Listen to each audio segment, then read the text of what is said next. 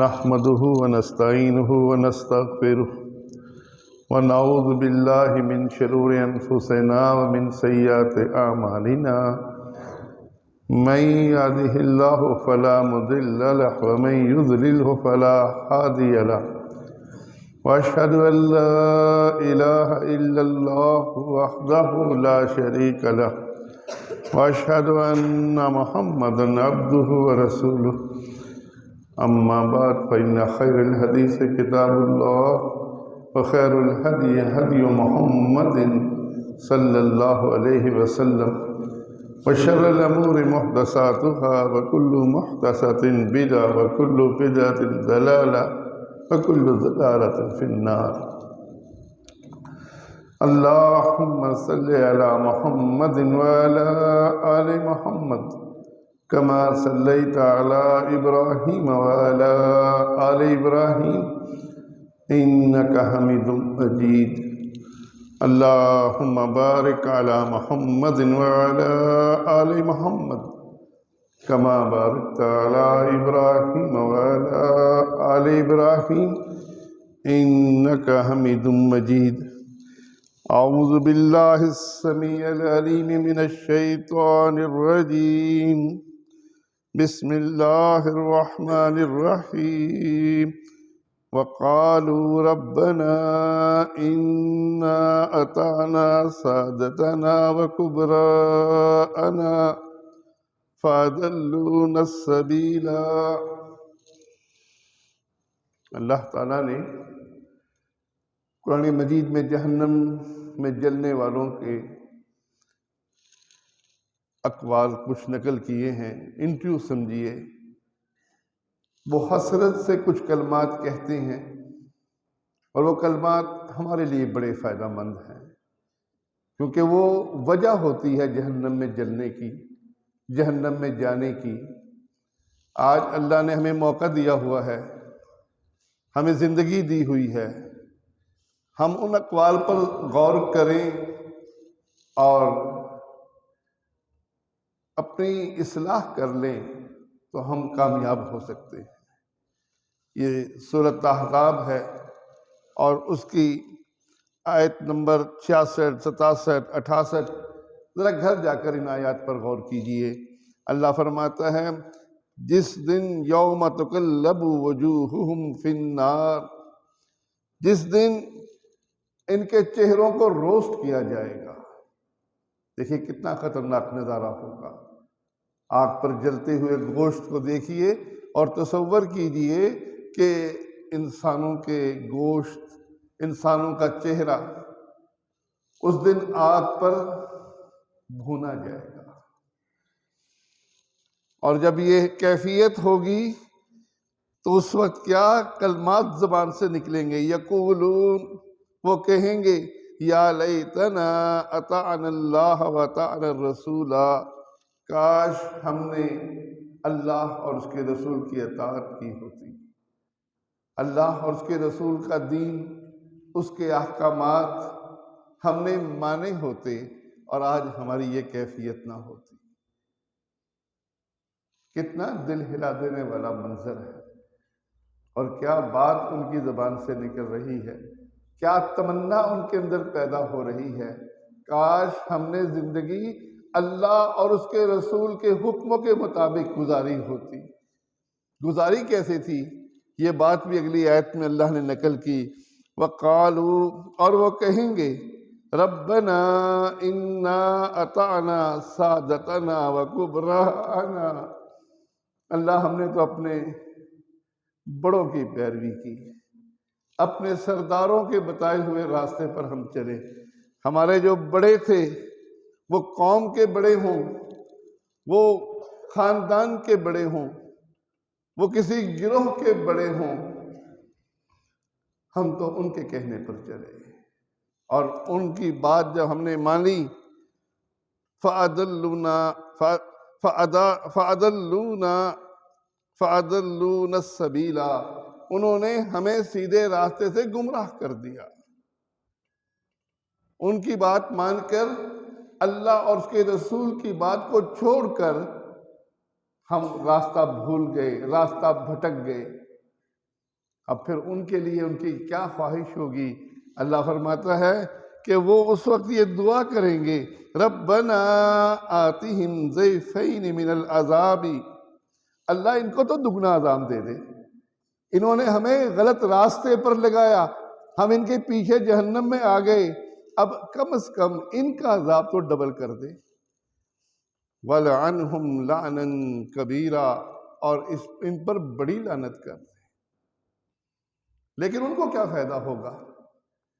بڑوں کو ڈبل عذاب پہنچے، اور پہنچے گا ڈبل عذاب، کیونکہ رسول اللہ صلی اللہ علیہ وسلم نے فرمایا جو شخص گمراہی کی طرف بلاتا ہے اس کو اپنی گمراہی کا عذاب بھی ہوگا، اور اس کے ساتھ اس کے پیچھے چلنے والوں کی گمراہی کا عذاب بھی اس کو ہوگا۔ جیسے نیکی کی طرف بلانے والے کو اس کی اپنی نیکی کا اجر بھی ملے گا، اور اس کے ساتھ اس کو ان لوگوں کا اجر بھی ملے گا جو اس کے راستے پر چلے ہیں، ایسے ہی گمراہی پھیلانے والوں کو ڈبل عذاب ہوگا۔ لیکن جہنم میں جلنے والوں کو، اس کے پیروی کرنے والوں کو اس کا کیا فائدہ ہوگا؟ اس وقت تو حسرت سے ان کے لیے بد دعائیں نکلیں گی۔ لیکن آج میرے اور آپ کے پاس مہلت ہے، ہمیں اللہ نے موقع دیا ہے کہ ہم یہ دیکھیں کہ ہم پیچھے کس کے چل رہے ہیں، راستہ کس کا اختیار کر رہے ہیں۔ اگر راستہ ہم آنکھیں بند کر کے لوگوں کے پیچھے چل رہے ہیں تو ہمیں اپنی آنکھیں کھول لینی چاہیے، ہمیں اللہ اور اس کے رسول کی بات کو ماننا ہے۔ اللہ اور رسول کی بات اور یہ دوسرا گروہ، دو گروہ ہو گئے نا، اللہ اور اس کے رسول کی طرف بلانے والے اور اپنی قیادت، اپنی سیادت کی طرف بلانے والے، یہ دو مختلف لائنیں ہیں، اور ان کو پہچاننا ایک عام آدمی کے لیے بھی مشکل نہیں ہے۔ ہر شخص جانتا ہے کہ اللہ نے اپنے قرآن مجید میں لوگوں کو دعوت دی ہے آخرت پر ایمان لانے کی، آخرت کی تیاری کا اللہ نے حکم دیا ہے کہ اس جہنم کے عذاب سے بچنے کے لیے محنت کرو، اس جنت میں جانے کے لیے کوشش کرو۔ اب جو سردار آخرت کی بات نہ کرے، جس کو اس کی فکر ہی نہ ہو کہ یہ آخرت میں کیا بنے گا، ہر ایک کا اپنا اپنا معاملہ ہے، انفرادی معاملہ ہے، اس کی ساری کوشش، ساری محنت اس دنیا کی ترقی کے لیے ہو، کرپشن ختم ہو جائے گی، مزدور کی تنخواہ اتنا ہو جائے گی، سونا ایسے ہو جائے گا، ساری گفتگو دنیا کے بارے میں ہو، آخرت کے بارے میں کوئی ذکر تک موجود نہ ہو، تو آپ کو پہچاننا کیا مشکل ہوگا۔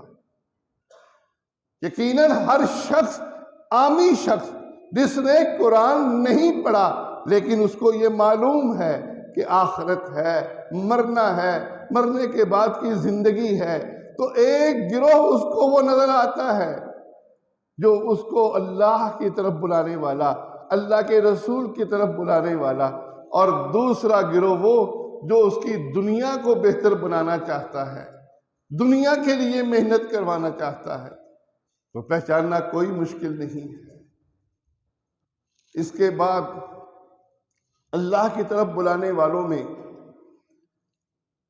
صحیح بلانے والا کون ہے، غلط بلانے والا کون ہے، اللہ نے اپنے قرآن میں اس کا تذکرہ بھی کر دیا۔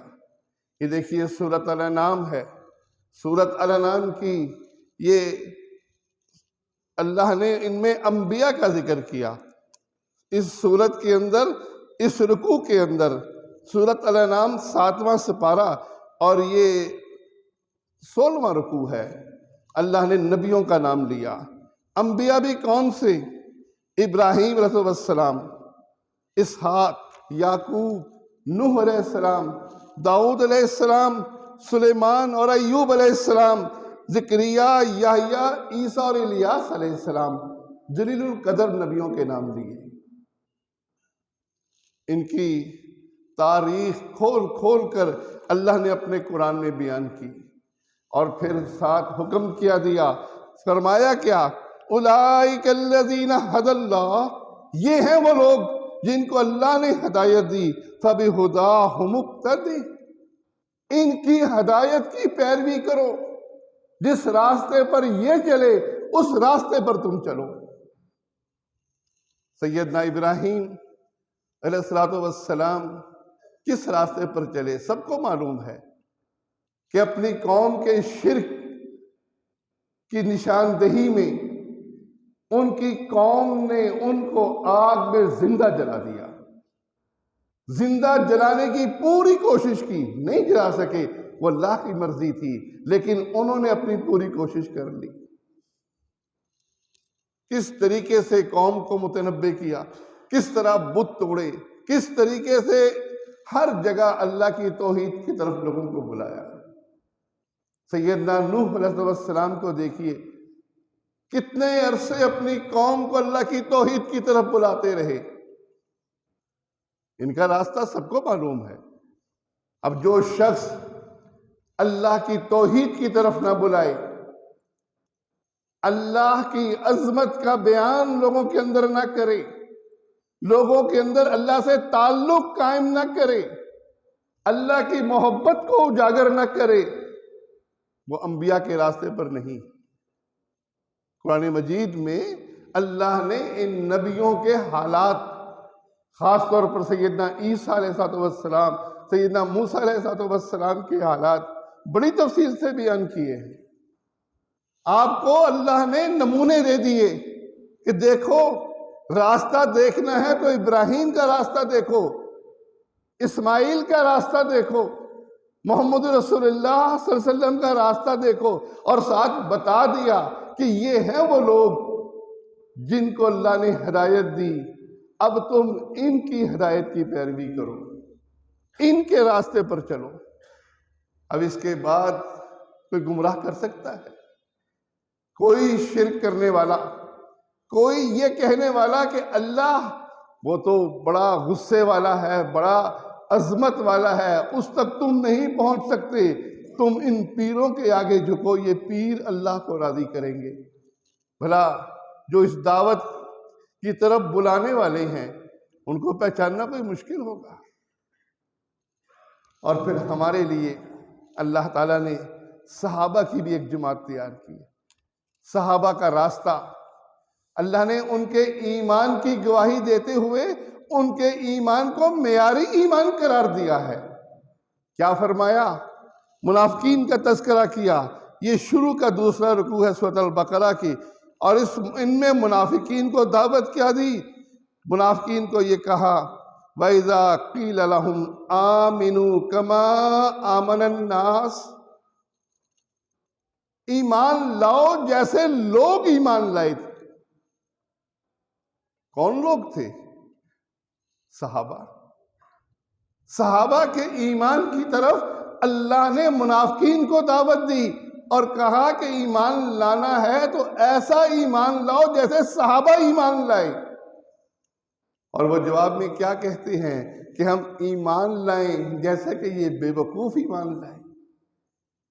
اور اللہ کو اس بات پر اتنا غصہ آیا کہ اللہ فرماتا ہے، الا انہم ہم السفہاء ولکن لا یعلمون، خبردار سن لو، بے وقوف خود ہیں، علم نہیں ہے، انہیں شعور نہیں ہے۔ صحابہ کو بے وقوف کہنے والے کیونکہ بے وقوف کیوں کہتے تھے؟ اللہ کی خاطر قربان ہونے والے تھے، اللہ کی خاطر مکہ چھوڑ کر، اپنا آبائی گھر چھوڑ کر، اپنا کاروبار اور خاندان چھوڑ کر حبشہ چل پڑے، اللہ کی خاطر مکہ چھوڑ کر مدینہ چلے گئے۔ انہیں کوئی پرواہ نہیں اس بات کی کہ دنیا میں کتنا نقصان ہو رہا ہے، ہم اپنی قوم سے الگ ہوں گے تو کیا بنے گا، ہمارا کاروبار ختم ہو رہا ہے، اب وہاں جا کر بالکل مہاجر بن جائیں گے۔ انہیں اللہ کا حکم عزیز تھا۔ اس لیے بھائیو، صحابہ کا ایمان معیاری ایمان ہے۔ اب آپ کے لیے نمونہ کون بنے؟ انبیاء اور صحابہ، ان کو اللہ نے نمونہ قرار دیا ہے، اور رسول اللہ صلی اللہ علیہ وسلم نے بھی فرمایا کہ میری امت 73 گروہوں میں تقسیم ہوگی، سب کے سب جہنم میں جائیں گے سوائے ایک کے، اور وہ کون ہوں گے؟ جس پر میں اور میرے صحابہ ہیں۔ صحابہ اور نبی کا راستہ قیامت تک آنے والے مسلمانوں کے لیے نمونہ ہے، قیامت تک آنے والے مسلمانوں کے لیے یہ نمونہ محفوظ بھی ہونا چاہیے۔ یہ کیسے ممکن ہے کہ اللہ کے نبی صلی اللہ علیہ وسلم ایک بات کو معیار قرار دیں؟ اپنا ایمان پرکھنا ہے، صحابہ کے ایمان کو دیکھو، اپنے اعمال پرکھنے ہیں، صحابہ کے اعمال کو دیکھو۔ اتنی صراحت کے بعد کیسے ممکن ہے کہ صحابہ کا راستہ گم ہو جائے؟ کبھی گم نہیں ہو سکتا۔ تو جو شخص صراط مستقیم پر چلنا چاہتا ہے، اس کے لیے انبیاء کا راستہ ہے، صحابہ کرام کا راستہ ہے، اور اس راستے سے آپ پہچان لیں گے کہ کون تمہیں گمراہ کرنے والے ہیں، کون اس راستے کو چھوڑ کر دوسرے راستوں پر چل رہے ہیں۔ یہ پہچان کوئی مشکل پہچان نہیں ہوگی۔ اور پھر بھائیوں، صحابہ کا راستہ وہ اتنا واضح ہے، اتنا صاف ہے کہ جو شخص بھی صحابہ کی تاریخ کو دیکھے گا یقیناً وہ تسلیم کرے گا کہ ہاں بات یہی حق ہے۔ صحابہ کرام بعض معاملات میں انہوں نے بالکل گمراہی کو برداشت نہیں کیا، انہوں نے ان کو کافر کہہ کر ان سے جنگ کی۔ یہ کون لوگ ہیں؟ ختم نبوت پر ڈاکہ مارنے والے، نبوت کے جھوٹے دائی۔ سب صحابہ متفق ہوئے کہ ان کے زمانے میں اٹھنے والے یہ جھوٹے نبوت کے دائی کفار ہیں۔ ان کے ساتھ کیا سلوک کیا؟ ان کے مال کو مال غنیمت بھی جانا، ان کی عورتوں کو لونڈیاں بھی بنائی، قربانی دی اور شہید بھی ہوئے، لیکن اس فتنے کو ختم کر دیا ہمیشہ کے لیے۔ اب جو صحابہ کے راستے پر چلتا ہے، بھلا وہ نبوت کے دائیوں کے بارے میں نرمی کر سکتا ہے؟ جب صحابہ نے نبوت کے جھوٹے دائیوں کو بالکل ننگا کر دیا اور بتا دیا کہ یہ لوگ اسلام میں نہیں ہیں، کفار ہیں، ہمیں قیامت تک کے لیے سبق مل گیا کہ نبوت کی جھوٹی دعوت دینا اور جھوٹا دعویٰ کرنا یہ بندے کو کافر کر دیتا ہے۔ ایسے ہی صحابہ کرام میں زکوٰۃ کے منکرین بھی آئے، اور انہوں نے قوت کے ساتھ یہ کہا کہ ہم زکوٰۃ مرکز کو نہیں دیں گے، یہ صرف رسول اللہ صلی اللہ علیہ وسلم کی زندگی میں خاص تھا کہ آپ لوگوں سے زکوٰۃ وصول کریں، ابو بکر کو حق نہیں ہے۔ اس میں صحابہ کا اختلاف ہوا، جلیل القدر صحابہ ابو بکر اور عمر کی رائے دونوں کی مختلف ہوئی۔ ابو بکر کہنے لگے کہ جو شخص بھیڑ کا ایک بچہ بھی زکوٰۃ میں اللہ کے نبی کو دیا کرتا تھا، آج اگر روکے گا تو میں اس سے جنگ کروں گا۔ عمر کہنے لگے ابو بکر نئے نئے مسلمان ہوئے ہیں، کلمہ پڑھتے ہیں، ان کے لیے تھوڑی سی رعایت، کیونکہ اللہ کے نبی صلی اللہ علیہ وسلم نے کہا کہ جس شخص نے اس بات کی گواہی دی کہ اللہ وحدہ لا شریک ہے، محمد اللہ کے رسول ہیں، میرے تلوار سے اس نے اپنا مال اور اپنی جان محفوظ کر لی۔ ابو بکر نے فوراً کہا کہ آپ نے آگے یہ لفظ کہے الا بحق الاسلام، اسلام کے حق کے علاوہ باقی سب ان کو معافی ہے۔ زکوٰۃ اسلام کا حق ہے، جو نماز اور زکوٰۃ میں فرق کرے گا ابو بکر کی تلوار ان سے فیصلہ کرے گی۔ دونوں صحابہ متفق ہو گئے. ابو بکر اور عمر سمجھ گئے. صحیح بخاری کے لفظ ہیں کہ میں بھی سمجھ گیا کہ ابو بکر کا سینہ اللہ نے جہاد کے لیے کھول دیا. زکوٰۃ کے ان منکرین کے خلاف صحابہ کرام نے جنگ کی. صحابہ کرام نے ان کو قتل کیا، ان کے مال کو مال غنیمت سمجھا، ان کی عورتوں کو لونڈیاں بنائیں. معلوم ہوا کہ کچھ چیزیں ایسی ہیں جو صحابہ نے برداشت نہیں کی، اور وہ آج ہم بھی برداشت نہیں کر سکتے. نواقض اسلام، نواقض ایمان. ہمارے برداشت کرنے کا مطلب یہ ہے کہ ہم تلوار استعمال نہیں کر سکتے، خلافت موجود نہیں ہے. ہم اپنے اندر ایمان تو رکھ سکتے ہیں، ان کے کافر ہونے پر ہمارا ایمان تو ہونا چاہیے. پھر ہماری زندگی کا عملی طرز عمل بھی ایسا ہونا چاہیے کہ ہم ان سے رشتہ داریاں نہ کریں، ہم ان کے پیچھے نمازیں نہ پڑھیں جو نبوت کے جھوٹے دعوے دار ہیں، جو زکوٰۃ کے منکرین ہیں.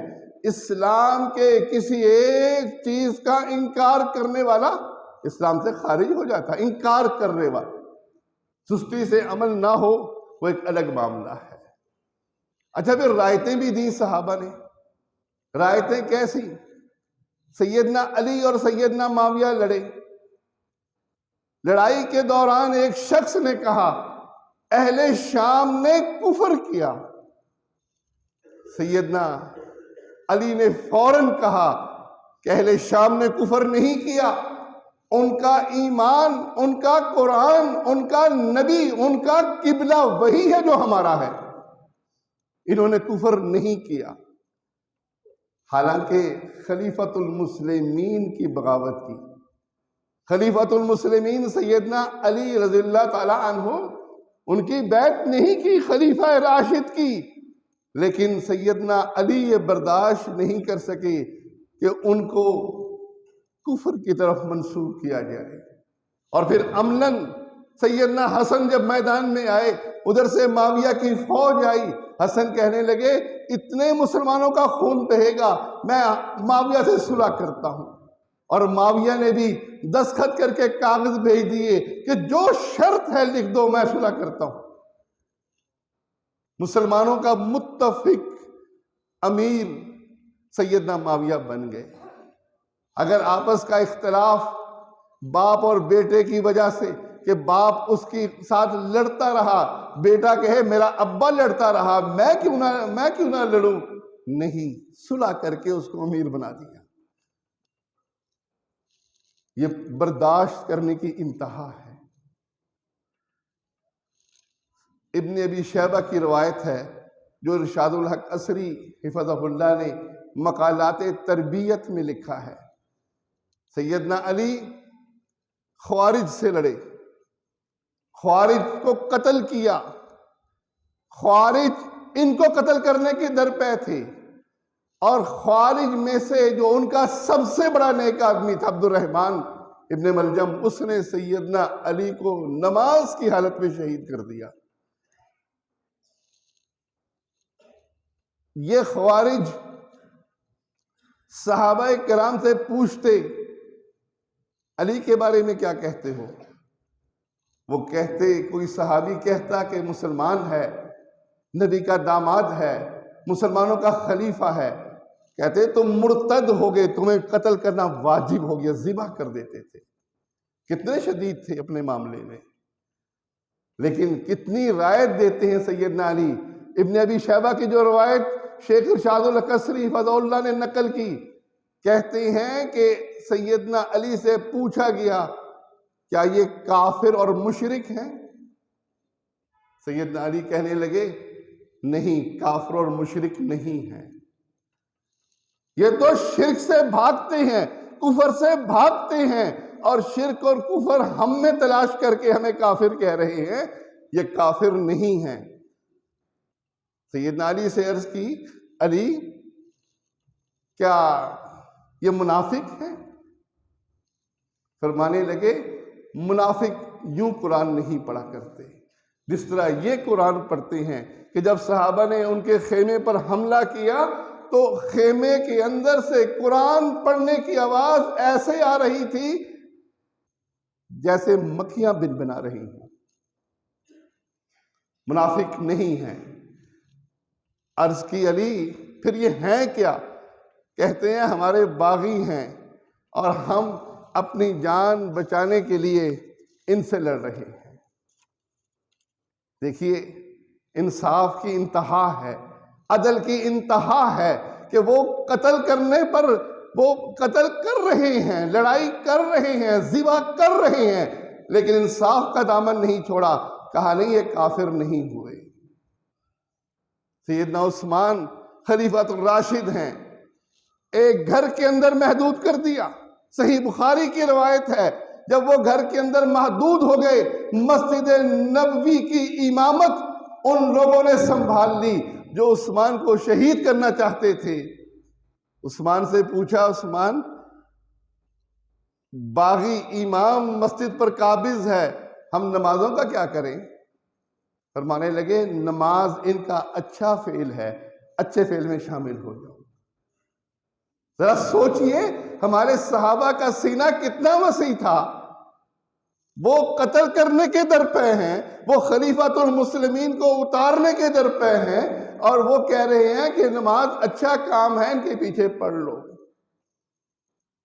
تو صحابہ کا راستہ اپنانے والے یہ بات سمجھ سکتے ہیں کہ کچھ چیزوں کو صحابہ نے برداشت نہیں کیا، وہ ایمان کے الٹ ہیں، اور کچھ چیزوں کو صحابہ نے برداشت کیا، ان کو ایسا برداشت کیا کہ ان کے پیچھے نماز پڑھنے کی اجازت بھی دی۔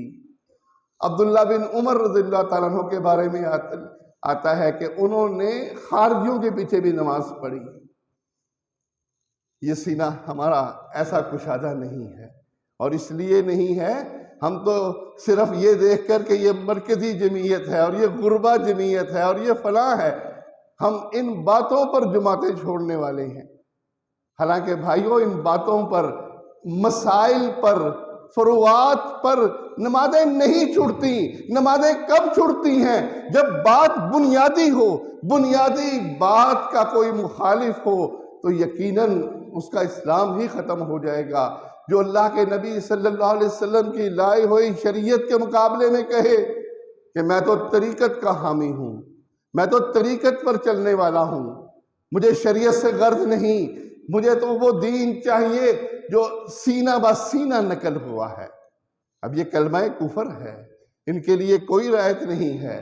لیکن مسائل کے اندر اختلاف ہو جانا، اس میں ہمارے بڑوں نے برداشت کیا، صحابہ نے برداشت کیا، ہمیں بھی برداشت کرنا ہے۔ بھائیو اگر ہم صحابہ کو اپنا نمونہ بنائیں گے، ہم انبیاء کے راستے کو تلاش کریں گے، اور اس کے ساتھ ہم گمراہوں کو پہچانیں گے، کیونکہ جہاں صراط مستقیم پر چلنے کی دعا ہے وہیں غیر المغضوب علیہم ولا الضالین، یہ بھی تو دعا ہے۔ ہمیں اپنے معاشرے میں مغضوب لوگوں کو پہچان کر ان سے الگ ہونا ہے اور ایمان والوں کے ساتھ مل کر رہنا ہے۔ یہی اسلام کی دعوت ہے، اسی دعوت میں کامیابی ہے۔ اللہ ہمیں اس دعوت پر چلنے کی توفیق دے، اللہ ہمیں صراط مستقیم پر چلنے کی توفیق دے، اللہ ہمیں گمراہی کے ہر راستے سے بچائے، اللہ ہمیں توفیق دے کہ ہم قرآن مجید کے اندر جن انبیاء کا تذکرہ ہوا، جن اولیاء اللہ کا تذکرہ ہوا اور صحابہ کے راستے کو ہم اختیار کر کے اپنی لائن کو سیدھی رکھیں۔ اللہ مجھے اور آپ کو عمل کی توفیق دے، آمین یا رب العالمین۔